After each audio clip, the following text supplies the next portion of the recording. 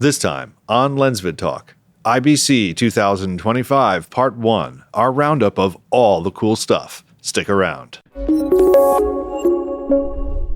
Hello, everybody. Hello, Lou. Hey, Ido. Hi. And today we're doing the first part of a two-part series, basically going over all the things that we have seen in IBC 2025, which happened about 2.5 weeks ago from the time that we are recording this.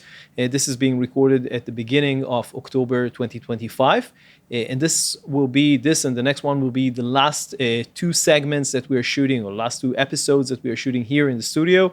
It looks more or less at the moment like the normal studio, but I'll give you a quick look behind the scenes. Everything is packed and we are ready to go to the new studio in a few days. So the next videos after these two are going to be from the next studio, from the new studio. It will take about a month and a half, so stay tuned for that. Now let's start by talking a little bit about the actual trip to IBC. I want to start, Lou didn't come with me. Oh, it was so sad. It was so sad. You had family obligations, so these come first. But I went with Anton, a friend of mine, who was with me on Photokina 2016, so almost 10 years ago. He's an amateur photographer. He used the Panasonic G9 on IBC, and honestly, that camera had some autofocus issues, I have to say. Yeah, it's a very old camera. It's a stills camera mostly. And the old Panasonic cameras had a lot of hunting. It was contrast-based autofocus. And you can see it in some of the shots where the autofocus was hunting a little bit. We tried to cover it with B-roll and stuff, but I should have given him the FX2. We bought two of them, so I took one. The other one was like working on some of the interviews that we did and worked fine. I want to say another thing about the gear that we used, and that is an interesting point. We actually took with us, I think I showed this to you. It's basically sort of a contraption that we made based on a unit from Sunway Photo, which is basically 3 wheels and a monopod.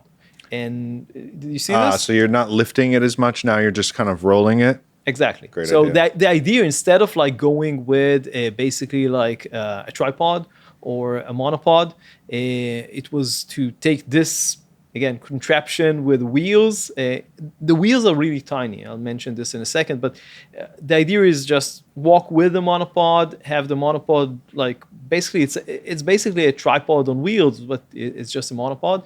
It's fairly stable if it's just like stationary shooting, stable.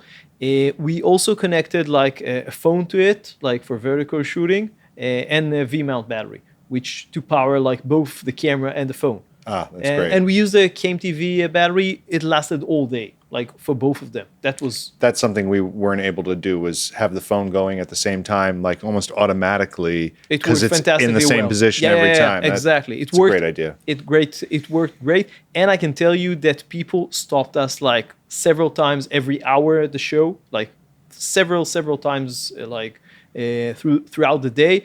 And companies who wanted to see what's in the setup. Yeah, a lot of people were interested in taking pictures of what we were doing. Like, really cool. It was really light. Folding it like took about 2 minutes. Like at the beginning of the day, at the end of the day, like 2 minutes, and we're set to go. It was a really cool thing. The only problem is that if you want to shoot like as a dolly, like moving it and shooting, it was a carpeted show, most of it. And the wheels are like this small. Now you can switch them. I think you have like an M6 screw. So in theory, you can switch them, and maybe I will do that. But the original wheels that we had were too small for the carpet. So you got like jerky movement when you try to do that. We tried it a couple of times. It didn't really work. So the wheels themselves weren't thick enough to absorb the... It's not just that. I think that it would have required a little bit more like dampening in the wheel mechanism, but I don't know. we have some ideas on that. We talked to Sunway Photo. We talked to some other companies. I don't know what will come But out. the fact that you can actually use this in a dolly fashion is impressive to begin with, since the primary function of this was just to enable you, but just to enable you to move the monopod easily. Yeah, exactly. No, so it's already gone beyond its original use. for sure. I would actually use it. We use it with a pen tilt head. It's mostly designed for stills. The pen is fantastic. Again, Sunway Photo. It came with a monopod. The pen was great. The tilt was not great. It was like instead of like a smooth motion that you have. So again, I would probably take a small fluid head instead. But it is what it is. So that was just that. And in terms of audio, we're actually using the same audio that we use for the show. This is the Hollyland Lark Max 2, which is really cool. We got it just, I think, a day before the show. So we didn't have a lot of time to like familiarize ourselves with it, which was kind of a shame. But these are the stuff that happens in shows. Well, that's also a way to test how user-friendly it is. No, it worked. If you're able to get it to work quickly, then that's one thing you can report back on. We were able to make it work quickly. One thing that I don't like about it, which is true for the Ceramonic as well, the Ceramonic Ultra, which we used before, is that it has an app, and the app has a lot of options, which is really cool. But in order to change things from the app on the device, you need to connect it via USB-C, like the receiver, which is kind of, it defeats the point. Now, I talked to Hollyland about this. They explained that if the Bluetooth will be connected to the phone, it will interfere with the reception of the mic itself. I think that they can find a way to fix this. Either at least use it while the mic is not recording, for example. So if you give me the option to do it, because usually I'm not changing like settings when the mic is recording. I'm changing it before. Right. But having to physically connected to the unit, it's annoying. It's not a good use case. So again, it's probably the same reason that Ceramonic did this. So that was the mic. Now I want to go over. We had 4 sponsors, which I want to talk about, and 2 big like interviews, and then we have a bunch of like. Quick succession of a lot of companies. So let's start with the sponsors. So Hollyland, we just talked about them. They had the Lark Max 2. They also had the new monitor, which is do you remember the monitor that... Hollylands? Yeah. I don't remember the name of it, but So I'll put it on screen. But they have the 5-inch version. Last year they have the 7-inch version, and this year they have the 5-inch version. Now, what's interesting about this is they finally added camera control.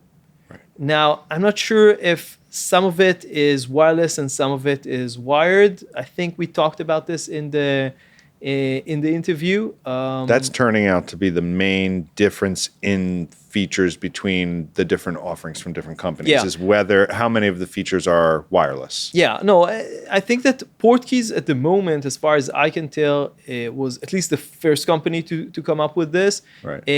And one of the main ones to offer this. I'm not sure if now Hollyland joins them, at least partially.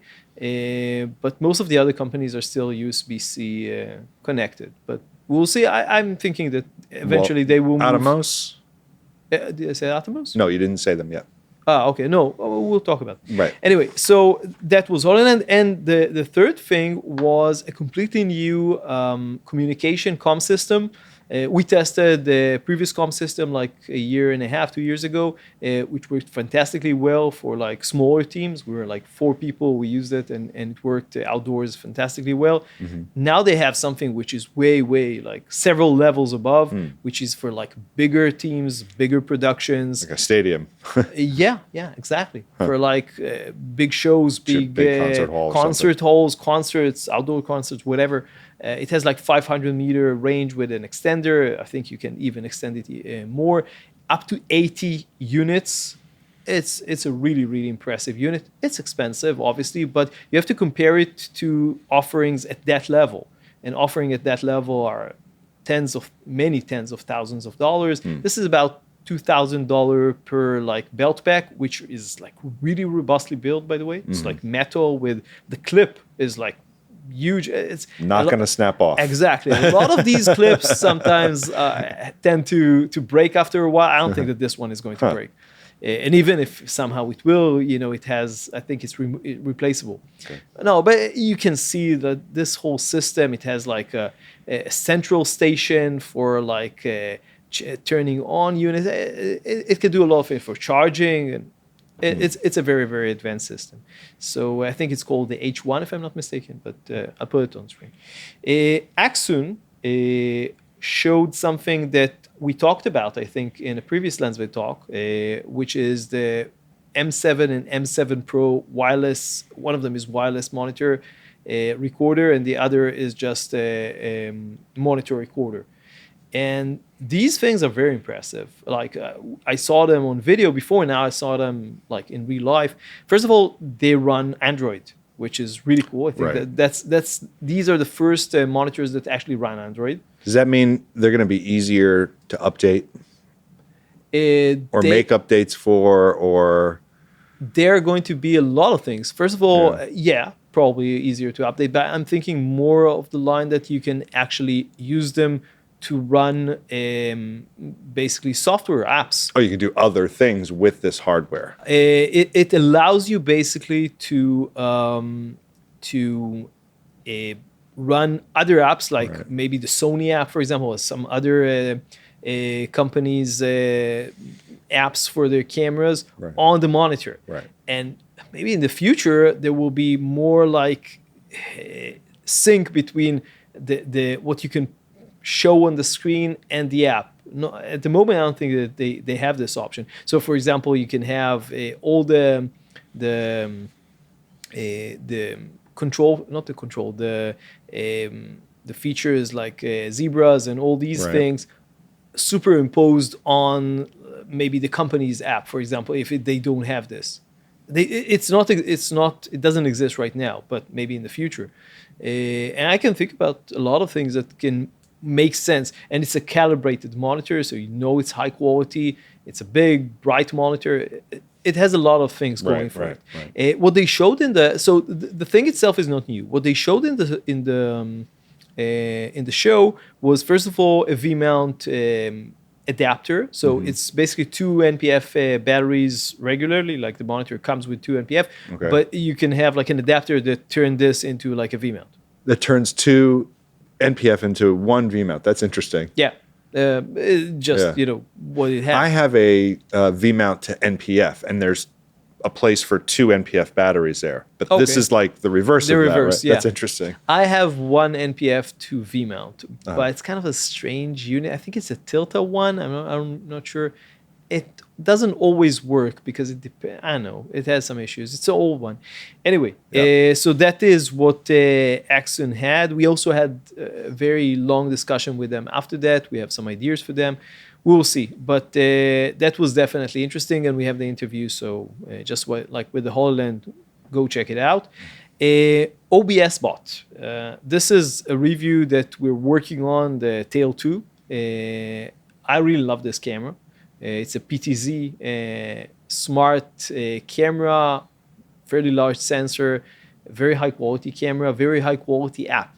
And the big, the main selling point of this is the tracking, the AI tracking. Right. It's very, very good.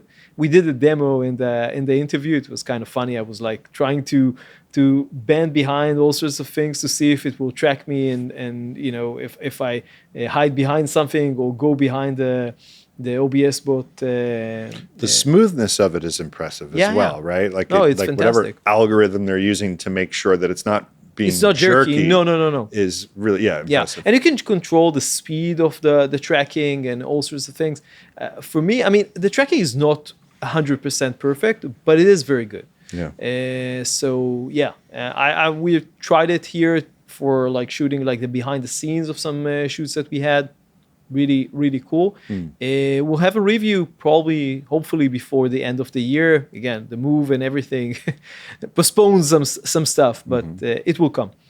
So that was the Tail 2. The next, or the fourth sponsored sponsor interview that we had was with OWC. And they have, I actually interviewed the founder of the company, CEO, founder, called Larry O'Connor. It's the first time I met him. Really great guy. Now, something I read, I hope that this is true, at least according to Wikipedia or whatever it was where I've seen that. He founded the company when he was 14. Wow. That's super unbelievable. Like, it's a very well-known company. Like a lot of people, like if you ask in the industry, I mean, most people I think heard about them at least, and a lot of people are using them. We did a lot. I mean, reviews. I almost bought their hub when I went with CalDigit, but they were essentially like neck and neck. No, for sure. Yeah. And we tested a lot of their gear. And I had no idea until I actually talked to the man that he founded the company when he was that young, I think in the early 90s or something like that. Interesting. So anyway, he's super, super technical and knowledgeable. And it's difficult to find like a combination of like a CEO, a manager, basically a business manager, and somebody who is also like very deep into the technology. Right. He knows the tech. Like we had a really long discussion, but really like technical and interesting about all sorts of aspects. And the main thing that they were showing was all sorts of Thunderbolt 5 devices. Right. Now, Thunderbolt 5, you're the Mac. I hadn't even known that it was out until I saw this. Yeah, it was. And it's a big leap forward, apparently, much more than, say, 4 was from 3. 4 from 3 was, I would say, negligible. For most users, it doesn't matter because it's not faster. It brings very minute like changes that are not that important for most users. But between 4 and 5, it's a huge jump. You're talking between 40 gigs to 80, or in some situations 120, which is like, it's unbelievable amount of speed. And there are some other things, but that's the main one, I think. And so they have 1, 2, 3, at least I think 3, maybe 4 Thunderbolt 5 products. Right. I think that the main one that they were showing here was a hub that has 2 10 gigabit or gigabit Ethernet ports with 4 Thunderbolt 5s, like 1 in and 3 outs, and a bunch of other like were like exactly there was like a storage unit which has basically several like SSDs inside, very fast SSDs. So it's like basically a very fast station for like ingesting and then working from on your laptop or even desktop before like instead of like a NAS or whatever. And they had a lot of other products. You should really, if you're into like storage, go and watch the interview. It was really interesting and really fun, talking at that level with Larry. And it's hopefully we will be able to test this. Not this year, because we need a Thunderbolt 5 capable machine. And there are not a lot of Windows. It's the beginning of this generation. No. For Mac, there are, I think, quite a few. But for Windows, laptops, you're talking a handful. And like motherboards, even less. So I'll wait for next year to maybe the next generation of either AMD. AMD is probably not going to have them. It's just Intel, so we'll see. So that's OWC. Now, 2 interviews that we have done with 2 important companies. The first was with Sony. Like every year we interview Sony and IBC, and like every year we interview Jan Salmon, which is he has a really long title, but basically, if I understand it correctly, he's the top marketing guy for Sony in Europe, which is an important position for mostly, I think, for imaging, the imaging stuff. So we talked about the FX2, all sorts of aspects about the FX2, which we just got, all sorts of questions about the RX1R Mark III, including why they went with the existing lens, like the lens that they had for the previous generation. And also some questions about AI, which was interesting. He had some interesting points about this, specifically about the ability. I was asking about like introducing a way to communicate with your camera just like you're communicating with AI right now, like talking to it basically. And obviously, like talking to it regularly might sound strange, but in some situations it might make sense. So his suggestion, he basically he said that it's unlikely that Sony will introduce something like this into the camera itself, but they have the SDK, the option for like developers to develop stuff. Right. Maybe they can like basically leach into that or go into that and use the capability of the SDK to communicate with the camera and develop like an app that can do this. Gotcha. So third-party developers might be able to do this, not Sony itself, but so it's an idea. And if people are developers and listening to this, try this. It can be interesting, an interesting option. The advantage of that would be to free up the other connection, or No. Think about the examples that I gave him. I don't remember if it was in the interview or a talk that we did before that, but I think in the interview.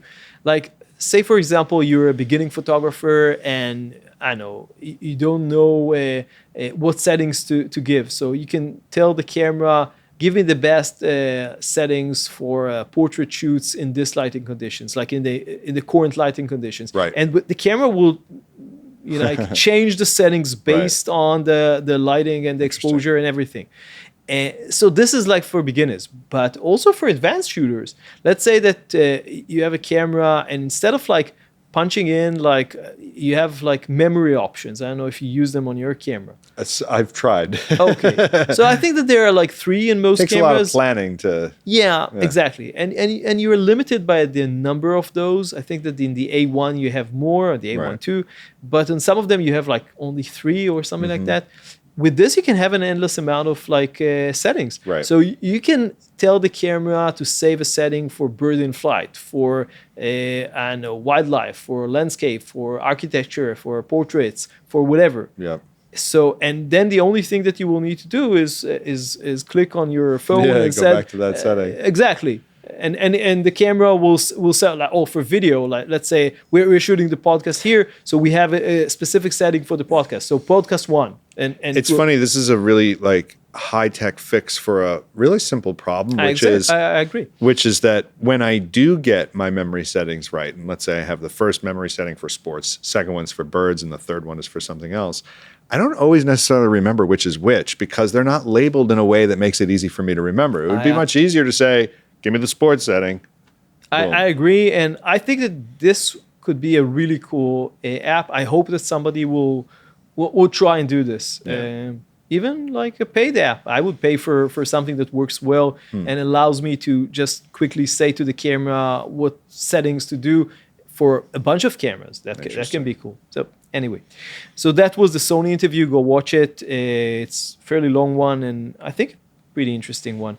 And the last of the big ones is the Sigma interview, and we talked to Katsuto Yamaki, the CEO of Sigma. This guy is amazing. Yeah, I'm really sorry to have missed that. Yeah, because that was fun you last saw time. him last year when we were talking to him. Yeah, he's really outstanding guy. He's very open, maybe the most open CEO in the industry, as far at least the one that I've met. He's super knowledgeable, very technical, but very, very modest person. Like he's very approachable. You can talk to him like anybody else. It was really cool. We talked about quite a few things, mostly basically the amazing amount of new lenses that they announced this year. It's almost unthinkable. I think it's unheard of. Yeah.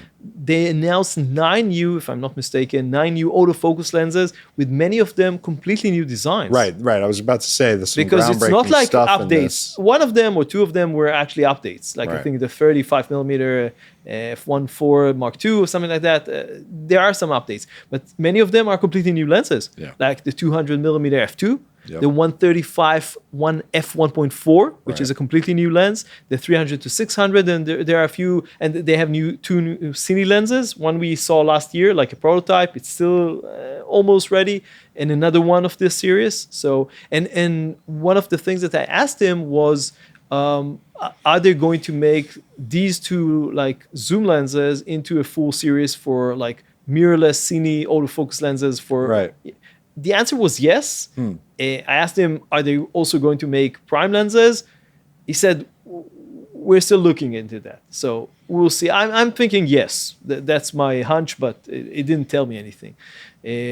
But it makes a lot. But Sigma doesn't already have prime Cine lenses? Yeah, for sure they have. do. But these are for DSLRs and like they're very chunky, very expensive. Gotcha. They're These not for ones are going mirrorless. to be much more compact, smaller, and apparently with autofocus. So both Cine and autofocus, they're the first company that actually going like straight into that. Really interesting. Cool. So that was the interview with the CEO of Sigma. Check it out. Okay, now with that behind us, we can quickly, hopefully, go over a lot of topics. And again, this is the first part. There is a second part after that. So we'll start with Fuji, and you saw the ETERNA 55 in. I feel like I saw it inside of a plastic case, right? Yeah, Isn't that how we I saw also it? saw it last year. I think a very early prototype. You saw it in NAB, and now we actually saw it. Like we could play with it. It was outside. So they zapped it and it's come to life now. Something like, no, the full specs are out. The pricing is out. It's $16,500. So Okay, affordable. affordable, yeah. Look, for those who don't know, it's an For 8K 102 megapixel medium format sensor 4x3. It's an affordable for a medium format, maybe. Maybe, I know, but 14 stops still of sounds dynamic expensive. range, dual ISO, internal ND, 20 film simulations, Apple ProRes 42, a PL adapter, dual side monitors, and hot swappable V mount. So I like. Some people are going to like that Apple ProRes 422 built in, right? It's internal, right? I assume. The VND? Apple ProRes 422. Yeah. Some people are really going to like that, right? I'm assuming. And it's got you said an internal ND? Yeah. This is How what- many other medium format cameras have internal NDs? No, it's It's a new thing, right? as far as I know. Right. So, Yeah. okay. No, there are a ton of things. These are great. It's an Yeah. interesting camera. I know, like I read some people talking about this camera. They're still not sure, who the target audience exactly is. Yeah. It's competing with a lot of like really heavyweight systems. So I don't know. We'll see, but we'll wait for reviews. Irix has a PL to E adapter. Yes. Now this thing is. At first, I said, "Why? What's the point? Why is it If you have necessary?" PL And then I saw the added sort of bonus features Yeah. in this thing. No, but first of all, adapters make sense. If you have a Sure. PL glass and you're using Correct. like whatever, like a Venice or not Right. Venice, but one of the If you have to, the big Cine migrate. lenses from cameras from Sony, then for sure. It has an adapter with drop-in filters for VND and CPO. Which Right. is pretty cool. They're not the Yeah. first in the industry to do this, Yeah. but it's now an option from Irix. I think it's not out yet. Maybe by the time that this video will be out. So I don't know the pricing, but it looked fairly like finished, basically.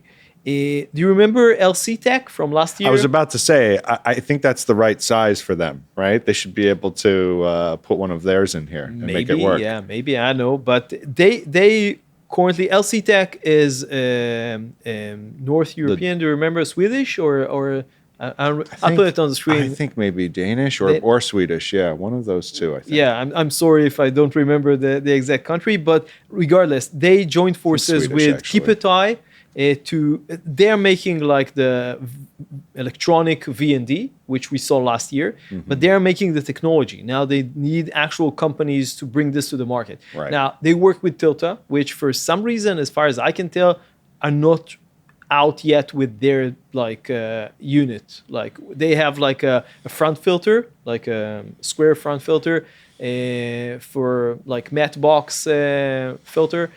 It's not out. I'm not sure why. I mean, they're electronic and Yeah, exactly. Yeah. No, the regular VND. They announced it. They showed it now, but it's not available yet. You see, yeah. I'm They not sure haven't why. shipped it yet. Yeah, I asked LC-Tec. They didn't really give me an answer. But anyway, with KipperTie, they have again a PL to all sorts of mounts adapter, so PL lenses to whatever, Sony or something else. And basically the adapter has like an app, so you can change the thing from the app, which is nice. It seems to work like it's an ND VM, electronic ND basically. Sort of small, looks cool. I think that they're also said something about matte box solution coming in 2026. So that will be interesting. That's it. That's what they have for LC-Tec and KipperTie. Next, we had Neewer. Now, Neewer had a big booth with a ton of lights. Did they still have that thing where you stand on it and it spins around? Oh, no, I didn't see that was one. cool. Maybe they had it, but I didn't see it. But they had a bunch of other things, Yeah. some of which you did see, like the 1200 watt COB with water pouring into it. Yes, So, that was crazy. You saw it in NAB, Right. and they had it here as well. But they also had like 2 ring lights, which were interesting. One, I think, was RGB. The other one wasn't. And a few like, what was it? FL100C and AF200C, basically flexible panels, and an FS600C, which is COB RGB 600 watt light. Can I ask you about the ring lights? Were they like for macro or were they for No, talking head type of things? Talking head, Okay. definitely. Pretty big, like this one, Okay. this size. So yeah, I don't have pricing for these, but we'll talk them after this video. We'll see if we can get some for review. Laowa had 2 interesting things. So the first was a new couple, basically, of anamorphic zoom lenses called Sunlight 2X. And these are the 40 to 80 T 4.5 and 70 to 135 T 4.5. Very impressive lenses. Like, build quality is fantastic. Like all of their higher end lenses, they're expensive. We're talking like $6,000 per lens. Wow. Okay. But yeah, it's an advanced broadcast or whatever, like anamorphic zoom lens. I'm not sure if broadcast actually use anamorphic, more cinema. I don't know. It's for broadcast use, you're saying? No. I was just saying it. Probably not, actually. Yeah. I don't think that broadcast use anamorphic. Because when I saw the name Sunlight, I'm thinking this must have like warm flares and... I'm not sure. Yeah. But I only play with them a little bit. But what I did play with quite a bit more was the new 200mm f2.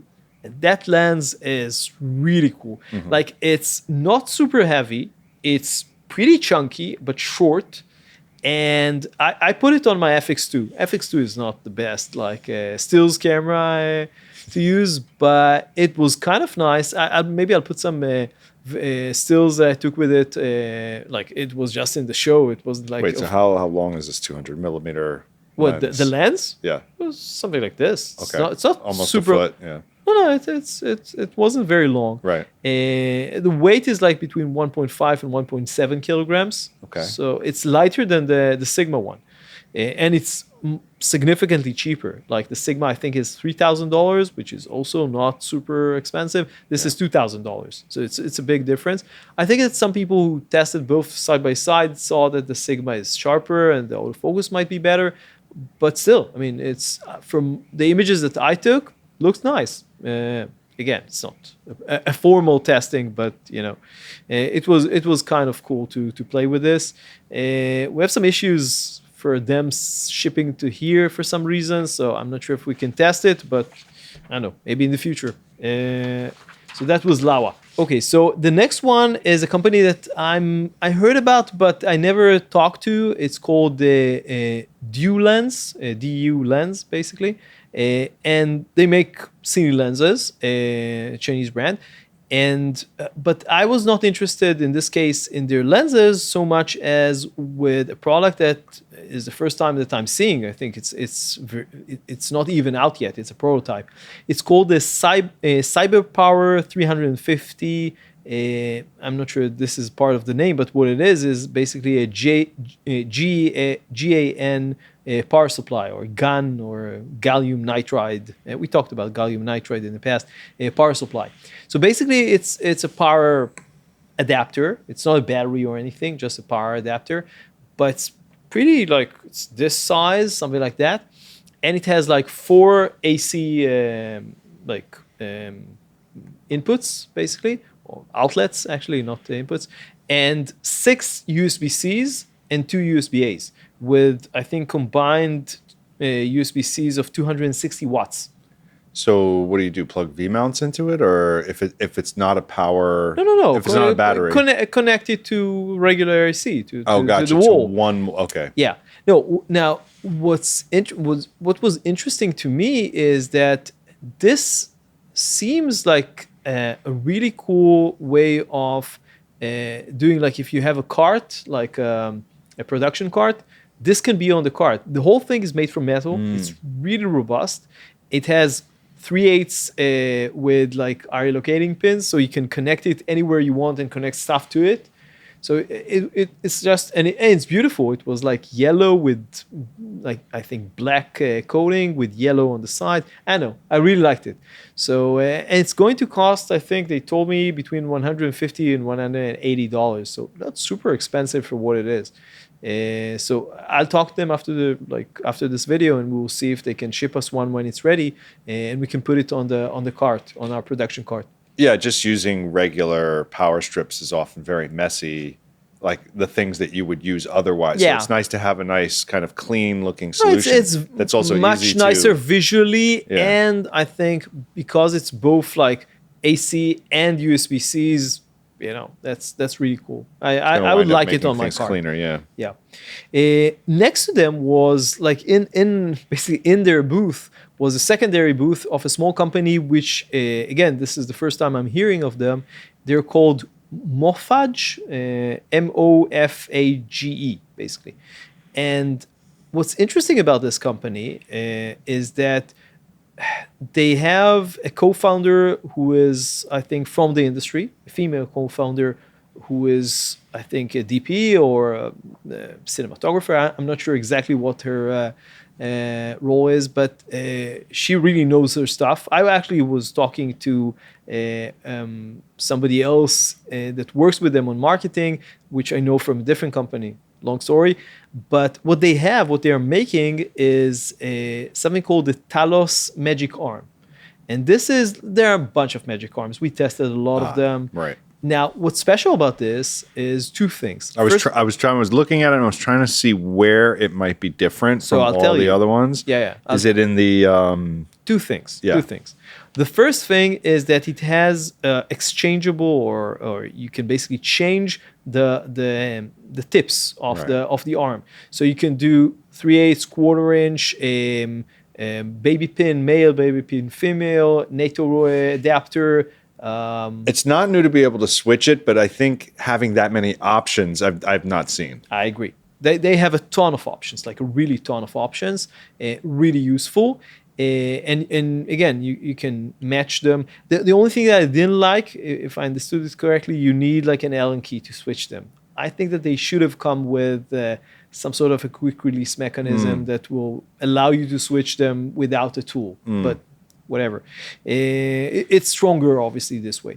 Now, the second thing, so this is really cool by itself. The second thing, which I think is really, really cool, is that somehow they made the tolerances good enough, or maybe they have some mechanism inside that allows you to have it not completely locked, but still with enough like friction that it will basically stay in place. Let's say you're putting a monitor. But it makes it much easier to unlock? Not to unlock. You basically have it unlocked, but almost or slightly tight. Locked. Yeah. And you can change, like you put a monitor on it, you can change, you can put it like this and it won't fall like behind. Because there's enough tension on it. Exactly. And you can still change it to like a different orientation like you want. And it works well. Yeah. Really well. Nice. Like surprisingly well. So wow. That was really interesting. And by the way, for some reason, I saw their like arm, the Talos arm, in a lot of other booths. So I know maybe they gave it to some companies. That would have been smart. Actually, it's a really cool marketing like trick. It cost them very little. They can probably even take it after the show. And a lot of people are going and they see this and, you know, it's in their head. It's almost like, what kind of power cables are you using? Do you want to use ours? Because it's something that everybody needs in this industry as a magic arm. So yeah, that was really cool. But I really like that, and I'll talk to them again after this interview, after this talk, and we'll see if they can send us one and we can test it. Just to be completely open, we're working with a different company on a different arm solution, but that's for a different day. And what was the one? Was it from Falcam? That one I was also very impressed by because we're actually using it right now in here. Yeah, it's just really strong when it locks down. It locks down tight, and the I don't know what you call them, those little pieces to put accessories on. Oh yeah, are nice and like that. That makes it very easy to.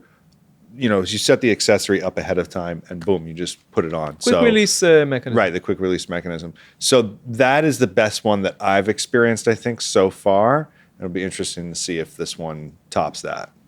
Honestly, I think yes. It will. You think it will, yeah. But yeah, we'll see. We'll see. The next one is GVM, and this is again something that you saw in NAB. You saw the GVM. Do you remember this small square light, which was kind of thin with a COB in the middle that can be like set up in like this series is called AIO, so all in one, short for all in one. And you saw a 300 watt version. I think now they have a 400 watt version, which is slightly larger, but still with the same features, really impressive. Both output and like the system as a whole is really interesting. And from what I understand, they're going to increase it both up and down. So they will have like more powerful and less powerful versions. Yeah, that will be really interesting. So creating like big grids of like a lot of lights. It's certainly an interesting it's smart solution. Also when they create a place for customers to enter and then they can kind of like upgrade. But there are enough options where if you have a small one now maybe all you need is a really big one. So you kind of can pick exactly what you need. I think it's a smart move to keep people coming back to your brand. Yeah, because it's not you want to have the same type of lights. You don't want to have like different lights like hodgepodge all over the place, right? That's true. Although I'm not sure if you can connect the bigger ones to the smaller ones physically. Right. Yeah, I don't know if they're I don't think that the mounting. No, the mounting is not. Right. Anyway, so that's the GVM AIO system. Again, very interesting. Kupo had a huge booth, not a huge, but a big booth with a lot of products. I'm trying to remember. Didn't they also have batteries, or is that another company that sounds kind of similar to? You're talking about GVM? No, Kupo. No, Kupo doesn't has do batteries. No batteries. No, okay, I'm mixing them up with does mechanical, a lot of like light stands and like all those accessories.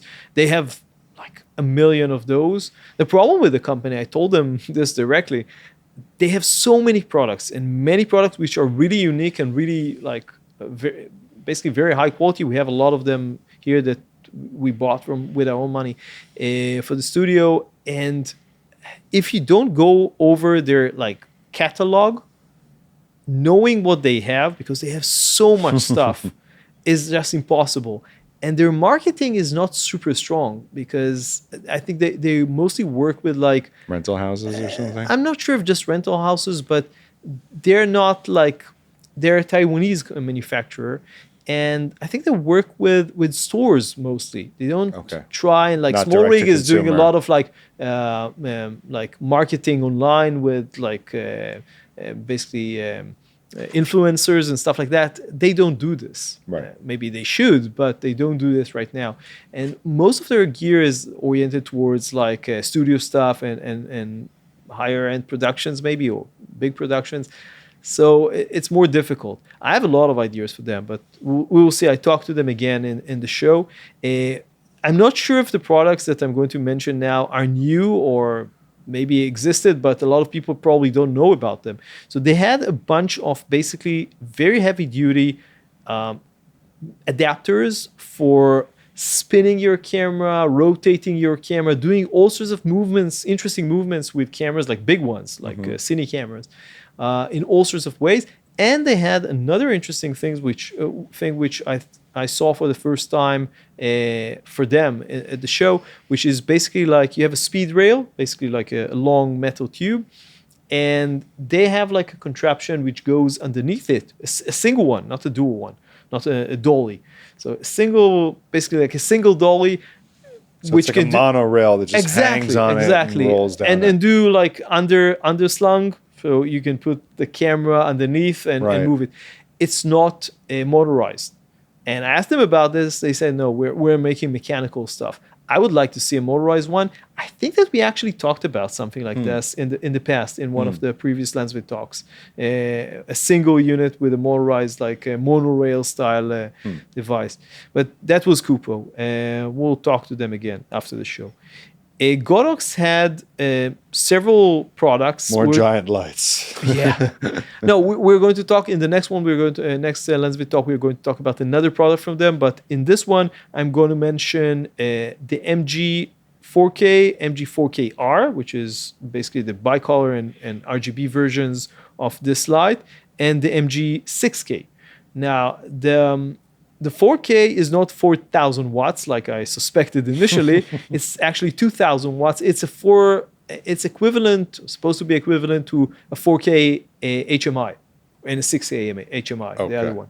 So for what it's worth. But it's a 2,000 watt light and a 4,300 watt light, the MG 6K. And what's interesting, that the 4K version, the MG 4K, the ballast, the controlling unit, is like relatively small. I would say it was... Usually they're huge. Exactly. So I was thinking that it's almost the same size as a Nanlux, an old Nanlux that I have that is 300 watts. And this is 2,000. So it's like the advancement in like shrinking the it's going along with the size of memory maybe, and I'm not sure how they did it, but it was really small. The ballast on the 6K, the MG 6K, is big, but it's to be expected from such a powerful light. So that was that. The 6K cost, I'm not sure about the MG 4K, but the 6K sells for $11,600. So probably mostly rental, I would assume, but I don't know. Next, we went to a different booth by Anton Bauer, and they were showing something that I think they showed in the past, but I didn't see it for some reason. It has a funny name. It's called a Salt-E dog, like a salty dog or whatever. But this is the electronic dog. This is very electronic. It's a big dog. This is a 9,000 watt hour battery, like a huge battery. It weighs in how much? I think like 600 pounds, 270 kilograms, something like that. And it can power, according to what they told me, like 5 Gemini 2x1 hard lights for 3.5 hours, 5 of them at the same time. It's amazing. I'm not sure about the pricing. I think it's over $40,000. Not sure, but you can rent it probably in LA for like $500 a day, which is like not too bad if like you're shooting for like 2-3 days and you need a lot of light outdoors somewhere. That's not that expensive. So that's the Anton Bauer Salt-E dog. Next to them were Manfrotto, and they showed, we talked about this, I think, on a previous LensVid talk, the one hybrid carbon fiber tripod. Do you remember talking about this? Yes. Yeah, so that was that and the 500X head. Now, I really liked about the head, if you remember, it basically moves from horizontal to vertical. Really cool. Really I really like that. The tripod itself is also pretty cool. It opens quickly. It has this like the center column. Center column goes like horizontal down, exactly, and it has some cool features. It's kind of a little bit expensive, but pretty well made. So I don't know, maybe we'll get a chance to test it either later this year or early next year. I'll talk to them. We went to see both Canon and Nikon very briefly, so we didn't have a lot of time with them. We saw the C50, the new C50 from Canon. Very chunky camera. Yeah, this is a very different camera. Yeah, it's like it's not exactly a box, but it's really chunky. Like if you compare it to our FX2, it's like significantly even more boxy. No, much more. It has a ton of like buttons. It has a switch between stills and video, which is nice, and obviously on off. What else? It has a bunch of audio options, which are very similar to Sony. So like I think it's digital audio from the hot shoe. So basically you had like not integrated, but like an optional accessory with XLRs Nice. and a mic. Again, like the Sony one. And I think I saw a different one with like a digital mic on top. So again, very, very similar to the Sony. Another product that we saw, I didn't have a lot of chance to play with it, just a very short time. So I don't have much to say about this. Yeah. We also saw in a different place in the Canon booth, which is always super big, the 11 to 55 millimeter CINE-SERVO zoom lens. Mm-hmm. This is just, completely different. I'm not sure who uses this. Again, maybe broadcast or somebody else. Right. It's a $35,000 lens. Yeah. Sony's equivalent, don't they have something that's very similar to this? Maybe. Like a Zoom P... I'm not sure if at this price range, honestly. PZ, yeah. Maybe, I know. But it's... right, exactly. It's a completely cheaper, different price range. Yeah. This is T9.5, 2.95 to 3.95. I don't know who made up these numbers. Really strange. But it acted really strange in the show. I'm not sure why. It was like somebody was controlling it. It was doing. I was trying to play with it a little bit to see what it does, and it played with itself. I don't know, like somebody was controlling it, and he wasn't next to me. So I don't know. It was kind of strange. Maybe it was on auto something. I have no idea. The booth not too far from there was the Nikon booth, and there we saw the Nikon ZR, which if you listen to the news, it's the first like collaboration or basically it's now Red is now part of Nikon, so it's basically a Red Nikon camera that they produce together. It's a fairly affordable camera, I would say, on the level of the FX2, but in many respects, it's much more advanced. It has no view EVF, but a very large screen, like a really large screen on the back. It has 32-bit float internal, both digital and somehow analog. I'm not sure how they did it. It's really strange. It has a bunch of like I think ProRes recording options. The thing that I saw, I didn't see it in the show, but I read about it, is that you have to keep in mind that if you're recording at the max like quality level of ProRes or whatever, it's like the amount of storage that you need is unbelievable. Yeah. Like you can run very quickly. You can fill up a 1 terabyte SSD very quickly. So keep this in mind. I'm not sure who will actually use this. Like. It's I don't know, maybe for short clip. I don't know. It's kind of nuts. You need to keep this in mind if you're buying it for like recording in that sort of like higher quality. You really need to think about the storage space. The next company that we saw was basically by accident. It's a company that I needed to know before the show. They're called Brinno. I think that. I remember China or Taiwan. Anyway, basically what they do is construction time-lapse cameras. Yeah. And they have a bunch of them. And the one that we saw was, I don't remember if it's CC5000 or BCC 5000. I put it on the screen. But it's a Wi-Fi and 4K capable camera.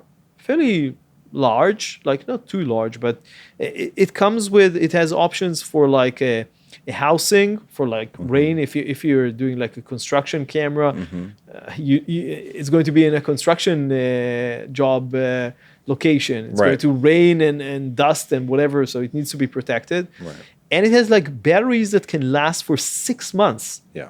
For like if you're shooting like an image every 5 minutes. Right. For construction, it makes sense. For the stuff that we want, we actually were thinking about using it for like shooting the construction inside the new studio.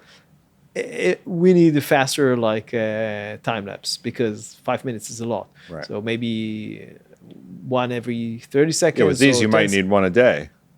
Yeah, one a day is You too might. slow. No, but you might. They You might. might. They have. I've seen them where it's one a day. Okay. On really, really, really big projects that take a long time. Okay, maybe. So yeah, but There was another company that was doing this. I can't remember the There are a name bunch of years them, yeah. ago, but they used Canon cameras, and they were basically making the housing. Yeah. And they were just taking the Canon camera and including it in the deal. Yeah.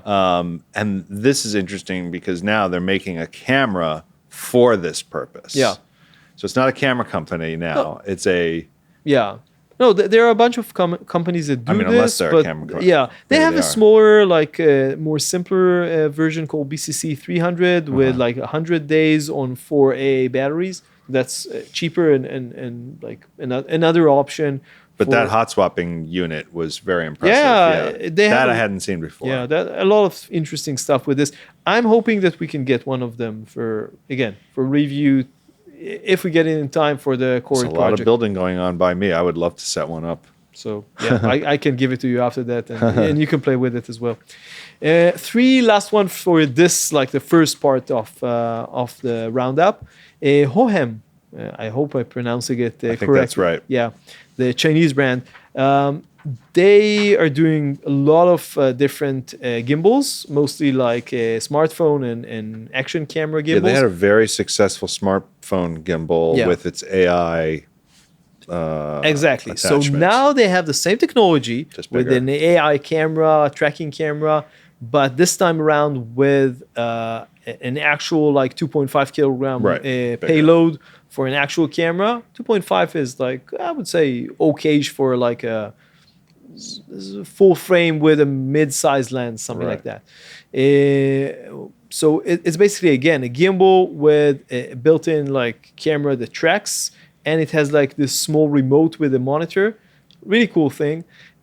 I played around with it. It looks really cool. I'll talk to them. It has a LED as well, and it can do gestures. So you can do like gestures and start and stop tracking you and stuff like that. Really, really cool thing. I'm assuming that basically it's in some ways it's similar to what the latest DJI offerings has, but probably less expensive, and it's a different twist, like with a small remote and everything. So that's certainly an option. And again, I'll talk to them after the show. Hawkwoods have basically a BPU set of batteries, which were really big. BPU are the batteries for the FX6, FX9, like the big Sony cameras. Yeah. So these one came in different colors, but that was just cool. But the big thing is that they are gigantic. You're talking about basically a L style battery. It Right. looks like an L battery. It's a different battery, but it looks like an L battery, but it has the capacity of like a medium size V mount, like 99 watt hour or something close to that. Nice. So that was that. And finally, for this one, Robe showed like the almost ready version of their 360 spinner. This has been a prototype the whole time? Yeah. Okay. Yeah. I think that the hardware is ready, more or Right. less. What's almost ready or will be ready by the time that we will post this is the software. They have the app. that runs So they it. improved the app, and I saw it in action. It works really well. It spins really nicely. Can do all sorts I of... like that thing for Yeah. product It's stuff, yeah. really, really cool. And I hope we will get it. We got something else from Robe, which allows you to do also like top movements and stuff like that. Maybe I'll do another. I think I did a short about it. Maybe I'll do a full video about what you can construct from that. But for this, I'm definitely waiting. So yeah, that's everything that we had for the first part of the roundup from IBC. Thank you for watching. Thank you, Lou, for Happy to be joining back. me. Yep. And we'll set up for the next one. So be sure to watch it. And of course, more videos from LensVid a little bit later on after we set up the new studio. Don't forget to subscribe, and we'll see you in the next video. Bye-bye. Bye.